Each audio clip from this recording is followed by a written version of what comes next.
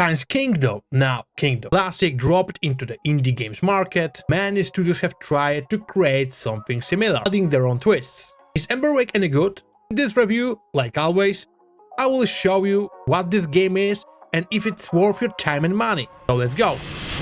Emberwake is a dark fantasy, medieval real-time strategy indie game with survival mechanics. All of this is presented in a fully 2D pixel art world with a side-scrolling camera view. You may think like, it's like Kingdom, what's new here? Well, there is no main hero, king or lord. Instead, you manage peasants by assigning tasks, and your goal is to grow a small village while keeping your people safe from the dangers lurking in the moonlight. There is no deep or even basic story, to be honest. However, there is an interesting twist as a little bit spoiler. You can help your people escape the monster-filled world to find freedom. I have spent playing it for several hours and stream it on my Twitch channel. Links below if you wanna check it out. The game offers a limited screen view, and your main task is to move the camera from left to right to manage your village. You assign tasks like foraging berries, chopping trees and collecting wood or gathering stone. Wood is your essential resource at the start. Don't worry if you're gonna fail a few times early on, it's all part of learning the game. Emberwake isn't easy, and understanding its rules is a key to establish a functional village. You will need to figure out when your villagers can work safely outside the comfort zone, when night falls, and from which side enemies will spawn. At the beginning, your village is just a campfire and 2 peasants. Tutorial-like messages guide you through the basics like upgrading the campfire. It's more important than you may think. Quickly assign tasks to your villagers, keeping in mind that wood is vital early on. Villagers move slowly, and once they finish a task, they must bring resources back to camp.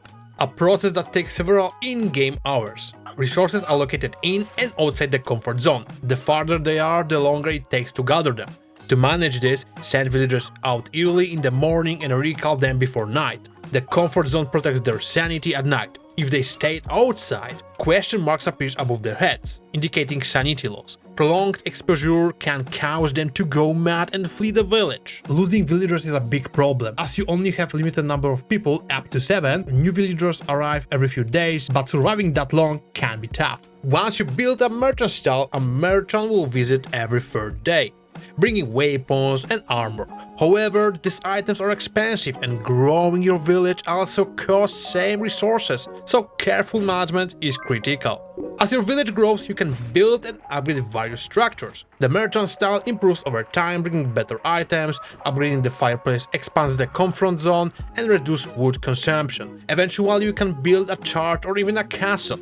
But beware, if the fireplace goes out, enemies will swarm you from both sides of the map, destroying everything. Night phases introduce wave of enemies, undead horrors rushing to extinguish your fireplace and destroy your village. Defenses like walls and towers are crucial. Arm your villagers with weapons, but don't let them stand too close to the wall, as enemies will target them directly. The longer you survive, the stronger and more numerous the enemies become, so upgrading your defense is essential.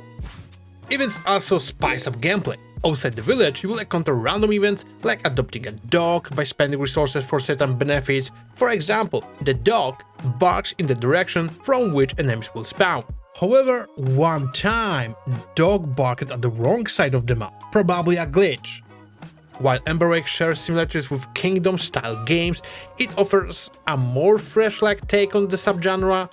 Many Kingdom clones add only minor changes, but Emberwake appears to add more than just this, with its changed mechanics and challenging gameplay. From a technical perspective, the game is mostly stable, though I did encounter a few issues. The tutorial text disappeared too quickly, which could be frustrating even for fast readers. The dog glitch I mentioned earlier wasn't game-breaking, but it was still noticeable, and I had to quickly withdraw my people from work to move them to another side of the village. The biggest annoyance was buying my first bow. It blended into the background, and the game didn't clearly explain how to equip weapons or armor. So, is Emberwake worth playing? As I usually try to show you games with certain quality, then for me the answer is yes. I had fun, and beating the game at least once kept me engaged for several hours. If you are a fan of Kingdom games and want something with darker vibes, give this one a try. Link to the game is below, subscribe for more reviews, and see you next time. Bye.